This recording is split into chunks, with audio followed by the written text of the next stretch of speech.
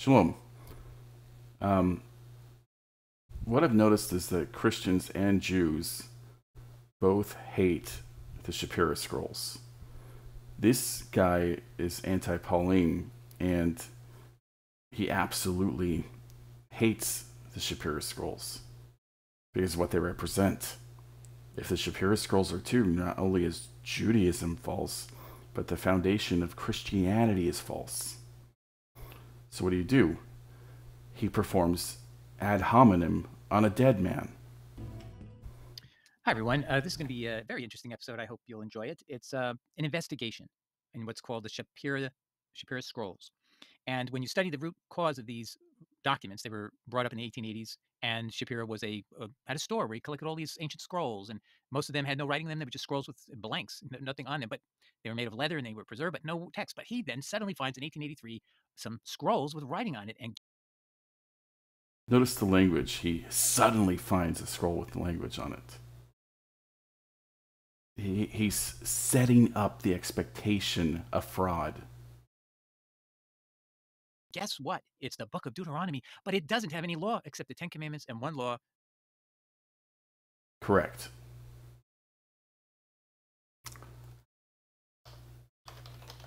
And there are still remnants of that in the Jewish version of Deuteronomy. When Yahweh says in Exodus 16, how long do you refuse to keep my commandments, and my Torah, my instruction? What is he talking about? Exodus 16 was when they were introduced to the fourth command, the Sabbath. Exodus 26, but showing loving kindness to thousands who love me, keep my commandments, And it's hilarious for a Christian to go down this road, because your idol attacks Moses. He attacks the Torah and Deuteronomy, Matthew 19:12. When this teaching about divorce that's also in Mark 10. Now it happened when JC had finished these words, he departed from Galilee, came into the region of Judea beyond the Jordan, and large crowds followed him, and he healed them there. And some Pharisees came to JC, testing him and saying, is it lawful for a man to divorce his wife for any reason at all? And see, this is what it does also in Matthew 15, and we'll do that as well, when he sets up that all things are now clean. But here he's saying, the Pharisees are taking this extreme position, this extreme interpretation of Deuteronomy, that now marriage, Moses permits to divorce for any reason. And that's what it says. Is it lawful for a man to divorce his wife for any reason at all? And the text in Deuteronomy 24 says, if a man takes a wife and marries her, and it happens that she finds no favor in his eyes because he has found some indecency in her, and he writes her a certificate of divorce and puts it in her hand and sends her away from the house. It isn't for any reasons. It's because he has found this indecency in her. What's this indecency? Erva, which is some form of nudity, of shame, of nakedness, indecency, improper behavior. The first place it's used is Genesis 9:22, when Ham enters the tent of Noah and he sees his father exposed.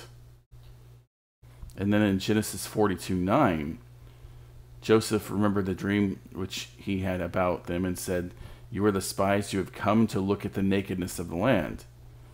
Right? The spies have come to see the truth of the land, the nakedness, that there's no food growing. Exodus 20:26, you shall not go up my steps to my altar, so that your nakedness will not be exposed on it. This is also why the Temple of Solomon's an abomination, by the way. You see, it's very important that this woman be pure and not reveal herself to the world. But I also think this is spiritual. You know, if you're in the land and you find out that your wife is exposing herself to idols, then she has some indecency in her. So let's go on, because this is important. Because remember, he's making this claim that the Shapira had revised this so that the only law was the Ten Commandments. But my point is that that is the only true law. And his claim of attacking Shapira is not even as bad as what his idol does. And he answered and said, have you not read them, that he created them from the beginning and made them male and female? For this reason a man shall leave his father and mother, be joined to his wife, and the two shall become one flesh. See, this is the ounce of truth. This is how the man catches you in his net. You can't catch people with pure lies. So they are now no longer two, but one flesh, and what therefore God has joined together, let no man separate. Is this what's going on here? Is this a command of man? Oh, it's what he claims. He said to them, because of the hardness of your heart, Moses permitted you to divorce your wives, but from the beginning it's not this way. See, he just claimed that Moses added this to the Torah. Did you catch that? Moses added this to the Torah. That's what JC claims. If you can't trust Moses, and that is the whole point, because the whole New Testament has this strain of Marcionism that Yahweh is the devil, and you can't trust him. And he goes on to say, he said to them, because of your hardness of your heart, Moses permitted you to divorce your wives, but from the beginning this was not the way. And I say to you, whoever divorces his wife except for sexual immorality and marries another woman commits adultery. And this is absolutely astounding, right? So he just makes this claim that Moses is adding commandments to Torah, and then he adds to Torah. Look at the words here. I say to you. It's not thus says Yehovah. Now go back to Deuteronomy 24. What does he say? And she goes out of his house and she becomes another man's wife.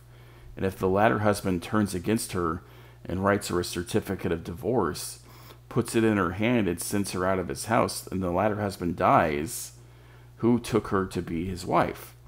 Then her former husband who sent her away is not allowed to take her again to be his wife, since she has been defiled.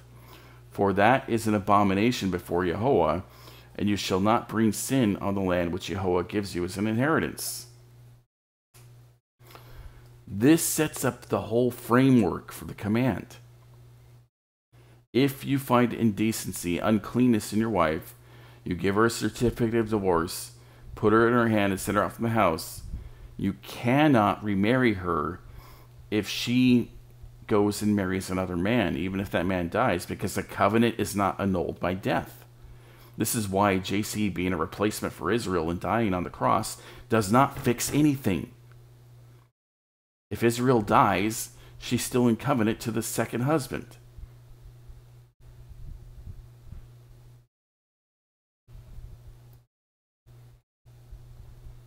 Go back to Matthew 19. And the disciples said to him, so him saying this way, and I say to you, and not saying, thus says Jehovah, that's speaking in his own name. It's speaking presumptuously. The prophet who speaks a word presumptuously in my name, which I have not commanded him to speak, or which I speaks in the name of other gods, that prophet shall die. So he's speaking of his own mind. I say to you, not thus says Jehovah. But he goes on and says something else. I say to you, the disciple said to him, if the relationship of the man in this way, it is better not to marry. You see this, what this is? And this is why I've said repeatedly, the teachings of Jesus are not against Paul. This is Paul. This is Paul speaking. I mean, look at 1 Corinthians 7. We know Paul was not married.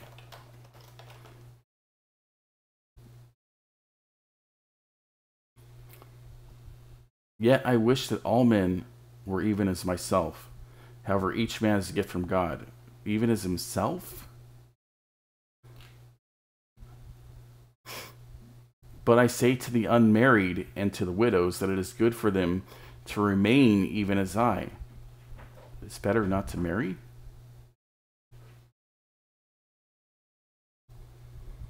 This is false. This is not Torah. Not all men can accept this statement, but only those who have been given. For there are eunuchs who are born that way from their mother's womb, and there are eunuchs who were made eunuchs by men, and there are also eunuchs who made themselves eunuchs for the sake of the kingdom of heaven. How is that Torah? I mean, look at the prior chapter, Deuteronomy 23. No one who is emasculated, making themselves a eunuch, or has his male organ cut off, shall enter the assembly of Jehovah. So no one makes himself a eunuch for the kingdom of heaven, but maybe for what this says in the Greek, in Matthew 19:12, what is heaven? Uranus. And I've never looked this up before, but I'm curious.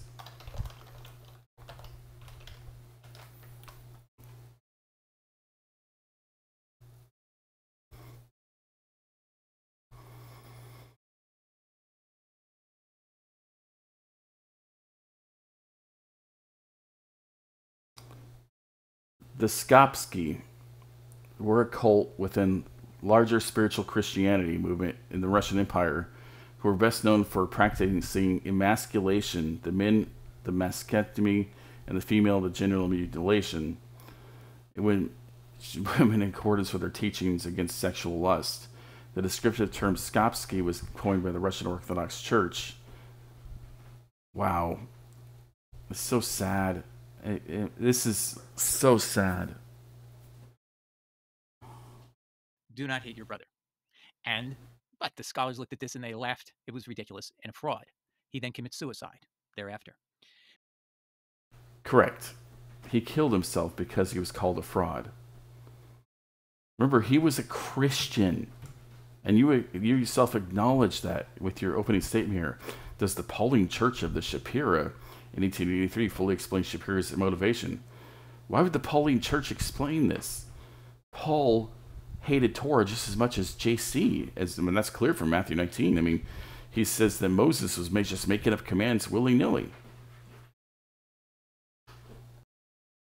But then all of the records are lost, and they're all gone. Maybe there was a small fragment the wife had, and she sold it off to somebody, and somebody claimed it. But now the scholars have come back and said, hey, let's revive this work that really Deuteronomy had no law except the Ten Commandments and love, don't hate your brother. Okay, so that's, I hope.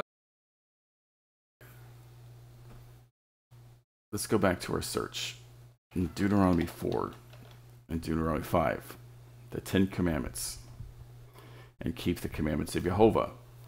So now, O Israel, listen to the statutes and the judgments which I am teaching you to do, so that you may live in and go in and take possession of the land which Jehovah, the Elohim of your fathers, has given you. You shall not add to the word which I am commanding you, nor take away from it. And this is why I said, if JC is truly a man of God, as you believe, and he's telling you that Moses is just willy-nilly adding commands to the Torah, then Moses is a false prophet, and he added to the commands that Jehovah had given him.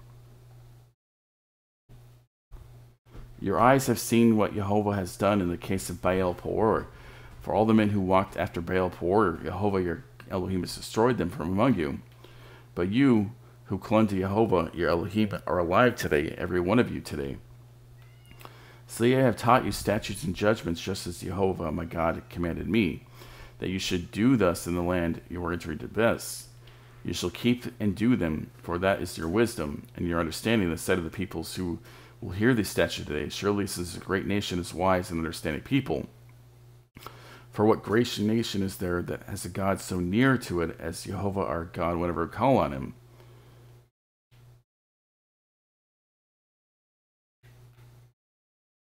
Or what great nation is there that has statutes and judgments as righteous as this whole law which I am setting before you today? Only keep yourselves and your soul very carefully, lest you forget the things which your eyes have seen, and lest they depart from your heart all the days of your life. But make them known to your sons and your grandsons.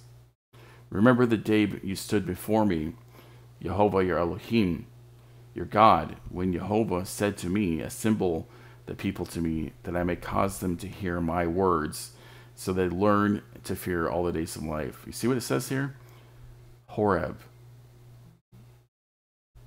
That was when they learned the commandments. I'm setting that up. But what's now become clear is we know exactly why Shapira did it. Shapira made this work, and it completely matches the church he goes to. Wait till you see what his church emphasized. What doctrines. When did Shapira learn Paleo-Hebrew? They picked out of the closet to say this is what we have to agree and obey to. A Pauline Church to the core, but they did believe in the Ten Commandments, and they did believe love thy neighbor as yourself and do not hate your neighbors. Pretty close. So that was perfectly matched. His church's denomination. Nobody ever looked at his church that he went to in Jerusalem. He was a Jewish origin, but he went to a Christian church, and now we have that, and I think that blows it all up. So I think you'll find this very interesting. This is the first proof of a Pauline attempt in the modern era to actually corrupt the Word of God by eliminating and destroying many passages of Deuteronomy. But I want to show you, if this were true, then Jesus is also invalidated. So whatever the Pauline motivation is here, did it realize it would destroy the validity of Jesus? Let me just show you something. To his own words. He didn't know Paleo-Hebrew. Why would he make a document that destroys his own faith?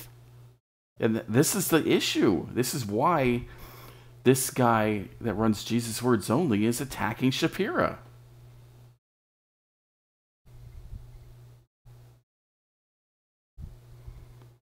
Why would he make this document that absolutely obliterates JC? Jesus quotes many times from the Tanakh, but the book of Deuteronomy is what we were talking about. So the Ten Commandments are not in these passages where we're reading here. Jesus quoting all these verses here. And where did they come from? This is Deuteronomy 8. It's in the Dead Sea Scrolls. So Jesus and the Dead Sea Scrolls agree this passage was in there. But if you believe Mr. Shapira, he did not know about the Dead Sea Scrolls. He didn't know he would be refuted by the Dead Sea Scrolls. But the Dead Sea Scrolls show this passage existed about 150 BC to even 50 AD. They range in that category. So did Mr. Shapira know this? No, he didn't. He couldn't have known the Dead Sea Scrolls would be discovered 70 years after he committed his fraud. What about Deuteronomy 8? Man does not live by bread alone. Jesus quotes that too. So this is the quote that is erased by this pro-Pauline Shapira scroll. How about the Shapira scroll is not pro-Pauline, but as I showed you from Matthew 19, it is. Or John 6. John 6:56, when he's doing this obscene act of theophagy. Who eats my flesh and drinks my blood abides in me. Where did he get that from? From Paul and his act of ritual theophagy. Last one, Deuteronomy 17 and 19. Jesus says, out of the mouth of two witnesses, or the mouth of three witnesses, shall the matter be established. Here it is in Deuteronomy 19, verse 15. At the mouth of two witnesses, or at the mouth of three witnesses, etc. So the Dead Sea Scrolls have the very thing that Shapira's document, if it were true, shouldn't be there. What if the Shapira Scrolls are older than the Dead Sea Scrolls? In Jeremiah, when he found the scrolls, he tells them in Jeremiah 7:20, therefore thus says Lord Jehovah, behold, my anger and my wrath will be poured out on this place, on man and beast, and on the trees in the field, on the tree of the fruit of the ground. It will burn and not be quenched. And thus says Jehovah of hosts, the Elohim, God of Israel, add your own burnt offerings to your sacrifices and eat the flesh, for I did not speak to your fathers or command them in the day that I brought them out of the land of Egypt concerning burnt offerings and sacrifices. You hear that? If Jeremiah is speaking this, then he is also violating Torah, because the Torah we have does speak concerning burnt offerings and sacrifices when he brought them out of the land of Egypt. But this is what I commanded, saying, listen to my voice, and I will be your God, and you will be my people. That's Deuteronomy 5 and Exodus 20. Do what I command, the 10 commandments, and you will walk in the entire way which I command you. That will be well with you. Yet they did not listen and incline the ear, but they walked in their own counsel in the stubbornness of their evil heart, and went backward and not forward. Since the day that your fathers came out of the land of Egypt until this day, I have sent you all my slaves the prophets, daily rising up early and sending them. If they did not listen to me or incline their ear, but they stiff-necked people, they did more evil than their fathers.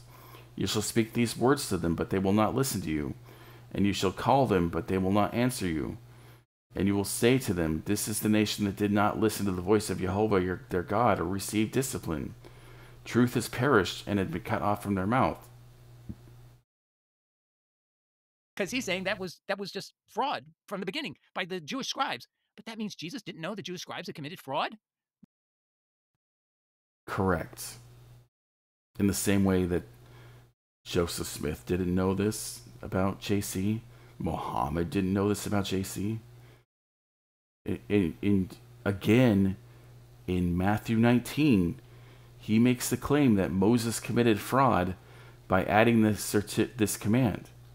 Because of the hardness of your heart, Moses permitted you to divorce your wives. That the command in Deuteronomy 24 was added by Moses. That it's not a command from Jehovah, according to JC. Right? So it would destroy Christ, because Christ therefore wouldn't be a true prophet. He would know these aren't there. He wouldn't be quoting things that didn't exist. And if Mr. Shapira was correct with his Pauline reconstruction of Deuteronomy, he maybe didn't think about it. You've destroyed Jesus. Maybe Pauline construction, when Paul cuts out the first 4 commandments repeatedly. And no, I know what he's talking about here. This Romans 13, right? You shall not commit adultery, you shall not murder, you shall not steal, you shall not covet, and if there is any other commandment, is summed up in this word, you shall love your neighbor as yourself. Well, that's great, except that's exactly what Jesus tells the rich young ruler. And he said to them, why are you asking me about what is good? There is only one who is good, but if you wish to enter life, keep the commandments. Then he said, which ones? And Jesus said, you shall not murder, you shall not commit adultery, you shall not steal, you shall not bear false witness. Honor your father and your mother, and you shall love your neighbor as yourself. So why is this, if you believe this is a Pauline document, also being in the mouth of JC? in those days he didn't have, I looked it up in 2 seconds. I asked the Bible, Google, I said, give me all the Tanakh references of passages cited and quoted by Jesus in Deuteronomy. And this is what I came up with. So Mr. Shapira did not realize that maybe, I'm just giving him the benefit of the doubt, that if what he was saying was true, that Deuteronomy didn't have anything but the 10 commandments and one command about do not hate your brother, if that's all it had, then Jesus was quoting spurious texts and he didn't know it. Maybe Paul.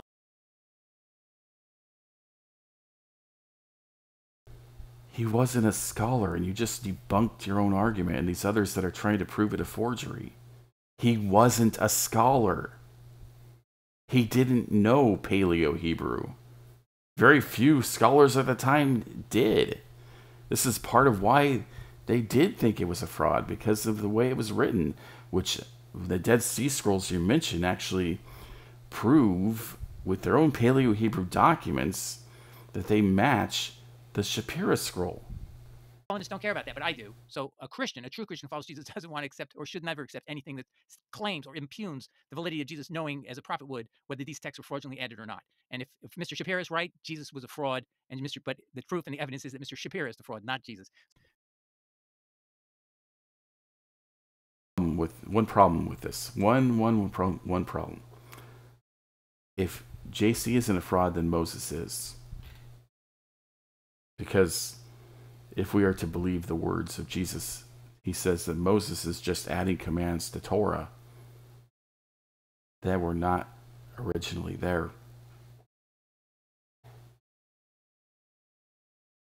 First, I want to give you an overview from the article Shapira Scroll in Wikipedia, and this is a synopsis that they give. The Hebrew text hinted at not also commands and not having you need 2 witnesses to convict someone. All these things are gone. All the quotes I gave you, Jesus from Deuteronomy, are gone. I want to also read a summary that's given by Wikipedia or Shapira.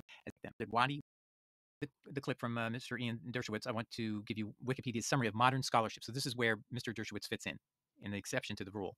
Despite the unanimous assessment of the 19th century scholars who had access to the manuscripts that they were a forgery, a few have argued recently the scroll was genuine since it was lost. Meaning after it was lost long ago, some scholars recently have been saying, hey, maybe we should look at this again. One of them is Ian Dershowitz, and you're going to see him on camera. I want you to see him because that's important making this assessment. But what we do clearly see is that we don't have any of the paperwork anymore. We don't have any of these scrolls anymore. And yet people are trying to make opinions about it now. I mean, nobody forced Shapira to lose these scrolls and have them lost through his wife's sale and whatever, but they're gone. How can you do this? Now, photo plates were attempted, but they were not good. So nobody can read them. And we'll get to that later as well. Okay, so now I'm going to play a clip from the young man, Ian Dershowitz. Also joining us is Professor Idan Dershowitz, author of The Valediction of Moses, which suggests that the Shapira Scrolls were authentic and are an early version of the Book of Deuteronomy, perhaps even 2,700 years old. Hello and welcome, and let's start with what evidence supports your theory. In my book, I bring various different types of evidence. I address the arguments that were made for forgery and show that they're very weak arguments. I also discuss certain documents that I found in an archive in Berlin that were previously unknown that are very difficult to reconcile with the idea that Shapira forged the documents or thought that they were forgeries, because we see that in his private notes he was working really hard to understand the text, and he was making.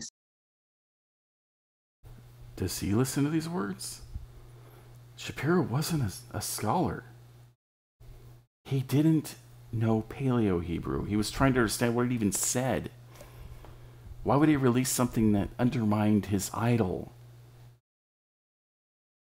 Mistakes in his interpretation of the text, and these things don't jive with the idea that he created it or was complicit in the text's creation. But most of all, what I do to build the authenticity case is analyze various different passages in this text, in the Valediction of Moses, and try to read them in light of the Book of Deuteronomy and understand what their genetic relationship, as it were, is. We can see that the text that we have in the Valediction of Moses was edited in various ways that turned it into what we have in the Book of Deuteronomy, but not vice versa. And what are the main differences between the Shapira Scroll and the version that we know today as Deuteronomy? So this is the way that documents work. I mean, this is like, if you look, and this is why people end up being King James only, right? Because we have these older scrolls of the New Testament, and they have different phrasings, like Matthew 19:9. Some early manuscripts add, "He who marries a divorced woman commits adultery." Or there's a lot of redaction and adding between the oldest scrolls and the newest scrolls, like the end of Mark 16. The oldest scrolls in Mark end here. Later manuscripts add verses 9 to 20. And it's interesting that any modern translation has this, because it's not in there. The original manuscripts of Mark end here, where they didn't even see him. They just have an angel tell him that he's risen. That's it.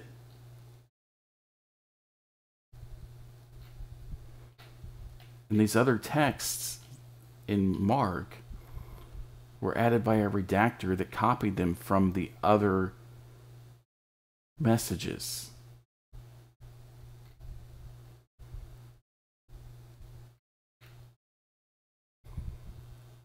The most dramatic difference between this text and the Book of Deuteronomy is that it does not contain the legal code that gives Deuteronomy its name. So the Book of Deuteronomy is called Deuteronomy, meaning Mishneh Torah, the second law. And it's given that name due to this very large block of text in the middle of the book from chapter 12 through chapter 26, just containing, very, very many laws. 12 to 26. And I talked about this before when I was going over this from Ross's video. If you look at the end of Deuteronomy 11, it starts out with the blessing and the curse. See, I am setting before you today a blessing and a curse. The blessing if you listen to the commands of Jehovah your God, which I am commanding today. And the curse if you do not listen to the commandments of Jehovah your God, but turn aside from the way which I am commanding you today by walking after other gods which you have not known. And it will be when Jehovah your God brings you into the land where you are entering to possess it, that you shall set the blessing on Mount Gerizim and the curse on Mount Ebal. See, this also is problematic, and this is in the Torah, because he's declaring where the chosen place is, and it's not Jerusalem.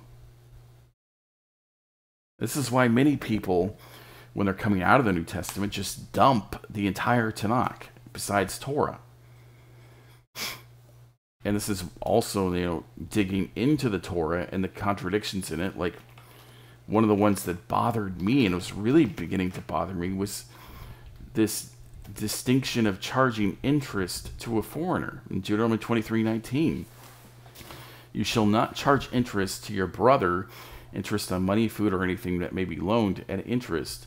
You may charge interest to a foreigner, but to your brother you shall not charge interest. Why do you think that the Jews became bankers and had no problem charging interest to the Goyim? Because Deuteronomy commands it.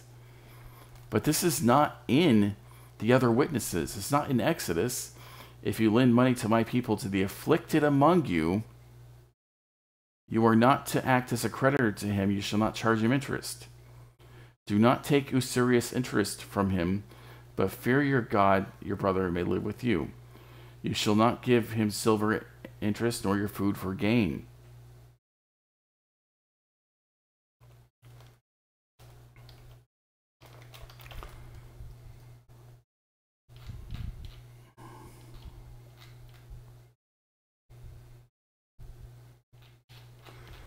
And there's other passages that really made me think that this is not correct.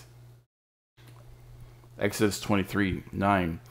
You shall not oppress a sojourner, since you yourselves know the soul of a sojourner, for you also were sojourners in the land of Egypt.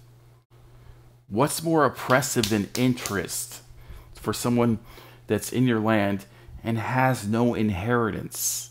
They're literally fatherless in the land. Because a sojourner that's poor and needs a loan clearly is being oppressed. This contradicts other commands in Torah. There's no way that Jehovah made an exception to charge interest to foreigners. There's no way. And speaking of, the problem with interest, this is one of the red flags I saw in the New Testament. When he's telling them the parable of the talents, right? To the one who's been given one, what does he say? And the one who had received the 1 talent came up and said, Master, I knew you had to be a hard man, reaping where you did not sow, which means he's a thief, and gathering where you scattered no seed. And I was afraid and went away and hid your talent in the ground. See, you have what is yours. But his master answered and said to him, You wicked and lazy slave, you knew that I reap where I did not sow, and gather where I scattered no seed. Therefore you ought to have put my money in the bank, and on my arrival I would have received money back with interest. It's such a bizarre statement that, even if you believe Deuteronomy, that command was not added later to make a separation between the Israelite and the Goyim, the sojourner in the land. How can you be okay with this? Let's look at some other passages on this topic in the rest of Tanakh.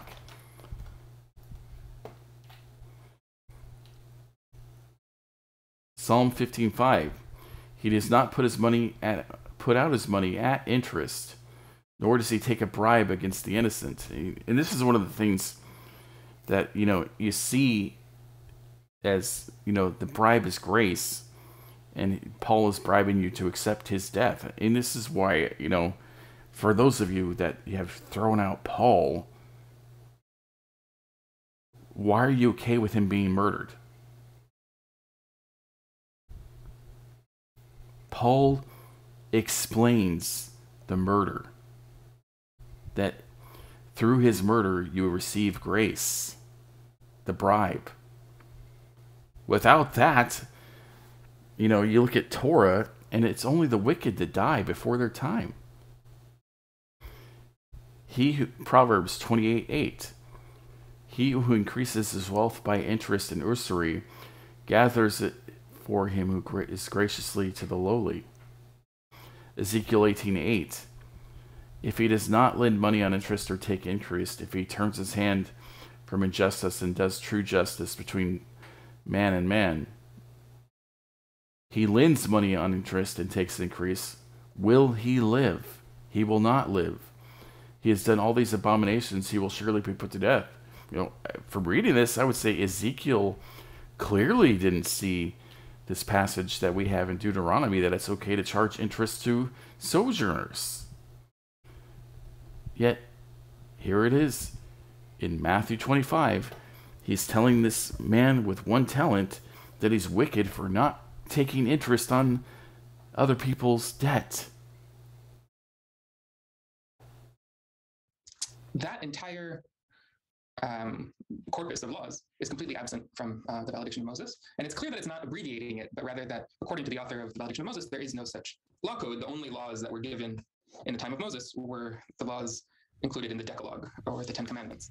I just want to interject that Edan Dershowitz made this title up. It's not Shapira's Scrolls were always called Shapira Scrolls. They were never called this name, Valediction of Moses. It's simply something he made up, Edan Dershowitz made up. That's even mentioned in an abstract of an article on the Harvard University website, profiling his article, profiling him. And I'm not sure how that's relevant. I mean, yeah, he is the one that called it that, because that's what Deuteronomy essentially is. It's the only, and this is what Ross Nichols goes over, that Deuteronomy, even if you don't believe that the older scroll would have less data and the newer would have more, including the laws on sacrifice, which Jeremiah says that Jehovah never told them in the wilderness. Deuteronomy is the valediction of Moses. It's a sermon from him. Referring to Shapira's infamous Deuteronomy fragments, the literary work that these manuscripts preserve, which Edan Dershowitz calls the Valediction of Moses, is not based on the Book of Deuteronomy. So this is definitely a completely made-up title. So please do not get the idea that because it's being able to be referred to in this way, that it has any validity historically. This whole title has been unknown in history. The scrolls are unknown in history, never quoted anywhere else. Period. Nothing. No fragment, anything that confirms any of this ever. And the Dead Sea Scrolls completely contradict it, as we showed you earlier. All right. It's interesting, Matthew 19 and Paul, that they have as part of the commands, you shall love your neighbor as yourself. Why? Why would they connect that command to the 10 Commandments unless there was a scroll going around that did so? You see, I'm thoroughly convinced this idea of sacrosanct scrolls, of documents without differences, is a very modern thing. There were many renditions in the early Catholic Church, and we saw this earlier when we were looking at that passage up here, where it said, the earlier manuscripts had this variation. And we know from, document history that the Catholic Church was aware of these differences and would often write them into the side of the text.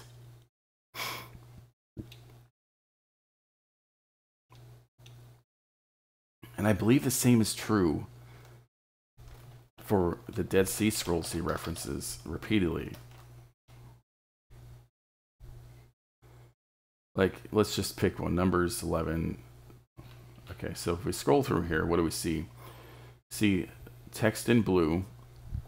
The text in blue is words present in the scroll but with some letters unreadable or missing are in blue like this. One Hebrew word often is translated into multiple English words, and when this occurs, all the English words are in blue.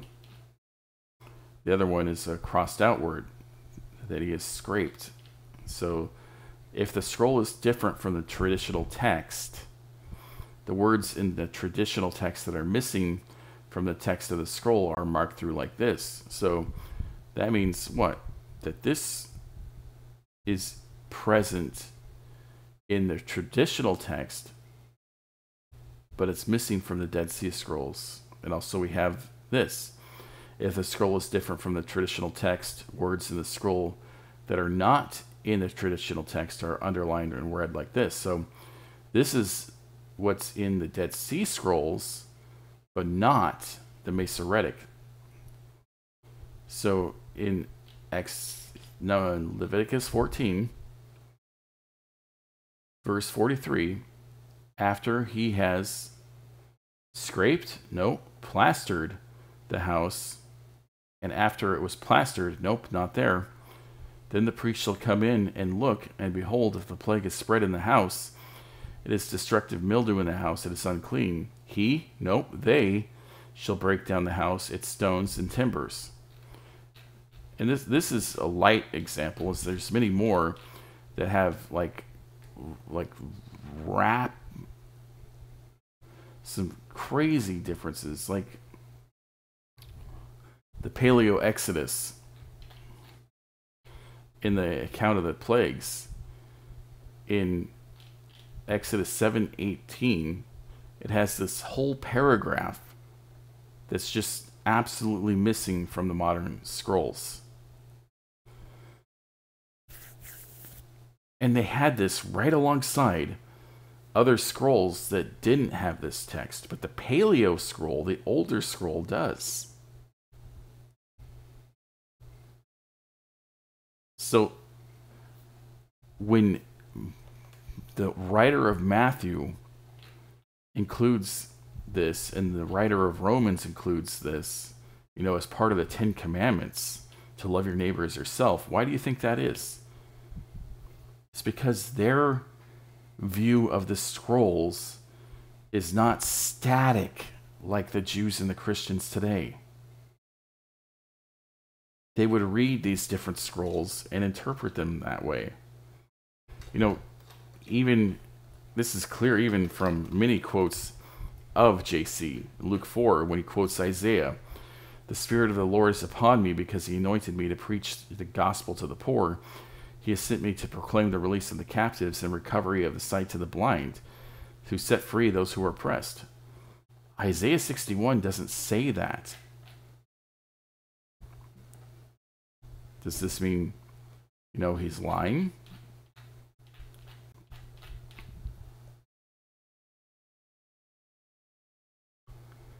Or does it mean that he was reading from a different manuscript? And you're the one that has to figure this out because you believe it, right? Isaiah 61 from the Dead Sea Scrolls. "Jehovah's Spirit is upon me," and upon me is Isaiah, by the way. It's not, and this is one of the things I believe the New Testament writers did, is they stole passages that were about the person speaking and tried to make it about JC.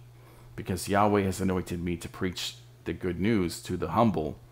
He has sent me to bind up the brokenhearted, to proclaim liberty to the captives, and to release those who are bound. Notice it doesn't say recovery of sight to the blind.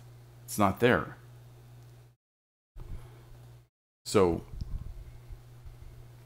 even though it's in the Hebrew scroll at this time, he added it to there. Well, what if he was reading it from a different source?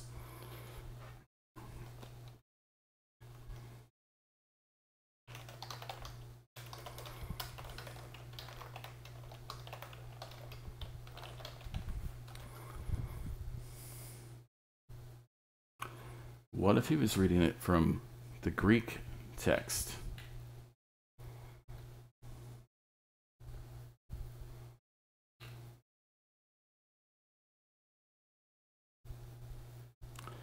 Isaiah 61 from the Septuagint. "The Spirit of the Lord is upon me because he anointed me He has sent me to preach glad tidings to the poor, to heal the broken heart, to proclaim liberty and recovery of sight of the blind. So JC was quoting from the Greek Bible? Probably not. Probably the author wrote this and he quoted from the Greek Bible. But this gets to the point that these people didn't have a sacred view of the writings. They took whatever writing best suited what they were trying to get across. Today, the Jews and the Christians have a religious fervor, a sacrosanct view of the writings. But this wasn't always the case, and that's clear from looking at the Dead Sea Scrolls, that they would have many scrolls right next to each other that have things that our scrolls don't.